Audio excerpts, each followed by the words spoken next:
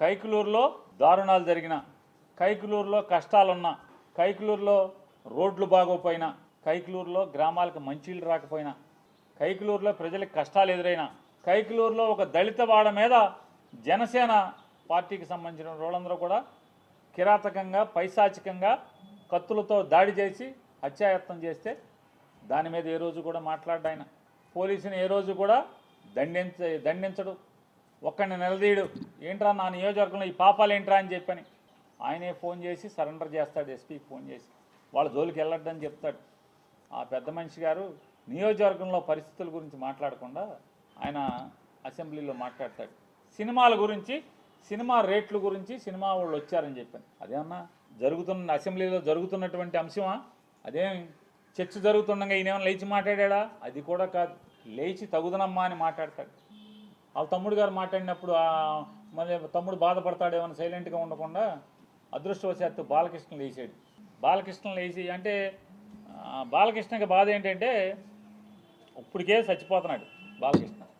పవన్ కళ్యాణ్ ఉప ముఖ్యమంత్రిగా హెలికాప్టర్లో విమానాల్లో తిరుగుతాం, వాళ్ళ బాబు వంగి నమస్కారాలు పెడతాం, కొత్తలాడిపోతున్నట్టున్నాడు మనోడు.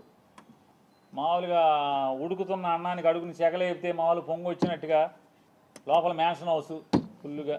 అసలు రాను ఏమైపోతుందంటే ఇట్లాంటి వాళ్ళ మూలంగా ఆర్టీసీలో కండక్టర్కి డ్రైవర్కి డ్యూటీ ఎక్కేప్పుడు బ్యాందీ సారా తాగేప్పుడు పెడతారు. గొట్టం ఏంటంటే నోట్లో గొట్టం పెడతారు, బ్రీత్ అనలైజర్. ఆ బ్రీత్ అనలైజర్లో అసెంబ్లీ గేట్ కాడ కూడా తలుపు కాడ కూడా పెట్టాల్సిన పరిస్థితి వచ్చేసింది. రాబోయే ఇక మామూలుగా ఇట్లాంటి వాళ్ళు ఉంటే ఇక అంతే కదా, ఏమవుద్ది? అసెంబ్లీ తలుపు కాడ లోపల తలుపు తీస్తారు మామూలుగా హాల్లోకి లోపలికి వెళ్ళి అక్కడ బ్రీత్ అనలైజర్ పెట్టి ఎమ్మెల్యేలను కూడా లోపలికి పంపించాల్సిన పరిస్థితి వచ్చేసింది కదా. తప్ప తాగి కళ్ళు నెత్తికెక్కి మాట్లాడతాడు. సైకో అంటాడు. ఎవడు సైకో? బాలకృష్ణ ఎవడు సైకో? ఎందుకు సైకో? పవన్ కళ్యాణ్ హోదాని ఆ వెలుగుని చూసి ఏడవలేక సైకో. నువ్వు సైకో. ఎవడికి సైకో? మాకేం సైకో? ఏం చేశాడు సైకో? సిగ్గు లేకుండా నేను కలవలేదని చెప్తావా? బట్టి పట్టిన బతుకులు ఇట్టాగా ఉంటాయి. పేరుకేమో బయట మామూలుగా మైకూర్చుకుంటేనేమో వేదాలు ఉపనిషత్తులు అవి మాట్లాడటం ఊ అని చెప్పని మనిషిని మందేస్తే ఇది మన తంతు. నన్ను అడిగావు బాలకృష్ణ, నన్ను అడిగావు ఫోన్ చేసి జగన్మోహన్ రెడ్డి గారితో అపాయింట్మెంట్ ఇచ్చు నేను వచ్చి కలుస్తానని చెప్పాను. అఖండ సినిమా కోసం, అఖండ సినిమాకి లీనియంట్గా ఉండాలంట. వాళ్ళు బ్లాక్లో అమ్ముకుంటారు టికెట్లు, ఎక్కువ షోలు వేసుకుంటారు, బాగా సినిమాకి ఎక్కువ ఖర్చు అయిందంట. మామూలుగా బడ్జెట్ 45 కోట్లు ఎంతో అనుకుంటే అది ఆ డైరెక్టర్ వల్ల అంటే ఎక్కువగా అమ్మారని చెప్పని రేట్లు ఎక్కువగా అమ్మారంట. ఎక్కువగా అమ్మటం వల్ల దాన్ని 70 కోట్లకి తీశారంట. కాబట్టి అమ్మపోతే సినిమా బాగా తీసాం, బాగా వచ్చింది, మంచి సినిమా తీశాను కాబట్టి చూడండి పొమ్మని అడుగుతున్నాడండి. సరే ఏదో మాట్లాడేది సరే వాళ్ళకి ఏమైనా సాయం కావాలంటే చేసి పెట్టని చెప్పి అంత హుందాగా ప్రవర్తించినటువంటి జగన్మోహన్ రెడ్డి గారి గురించి మాట్లాడే భాష. వాళ్ళ తండ్రి గారు ఏం చేశాడు మీకు సాయం తెలీదా? యావజ్జీవ కారాగారం అనుభవించాల్సినోడు కదా. జీవితంలో మర్చిపోతాడు ఎవడన్నా? మనిషి జన్మెత్తినోడు చిన్న సాయం చేస్తే ఎవరు కూడా మర్చిపోరు.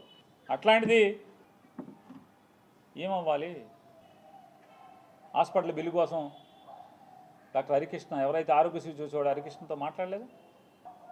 మా బావ ఉండగానే బిల్లులు ఆగిపోయినాయి, మాకు బిల్లులు ఇప్పించండి అని అడగలేదా? బిల్లులు ఇవ్వలేదా జగన్ గారు? ఏం సైకో? మీ బసవతారకం హాస్పిటల్ని ఎప్పుడన్నా ఇబ్బంది పెట్టాడా? మీరు అమరావతిలో జగన్మోహన్ రెడ్డి గారికి ముందు అంటే మీ బావ గవర్నమెంట్లో బసవతారకం హాస్పిటల్ క్యాన్సర్ హాస్పిటల్కి మీరు స్థలం తీసుకుని జగన్ వచ్చాడని చెప్పి కట్టకుండా మీరు హాస్పిటల్ ఆపేసి ఇప్పుడు కొత్తగా శంకుస్థాపన చేస్తారు మీరు. అంటే ఎవడు సైకో? నువ్వో సైకో, జగన్మోహన్ రెడ్డి గారు సైకో?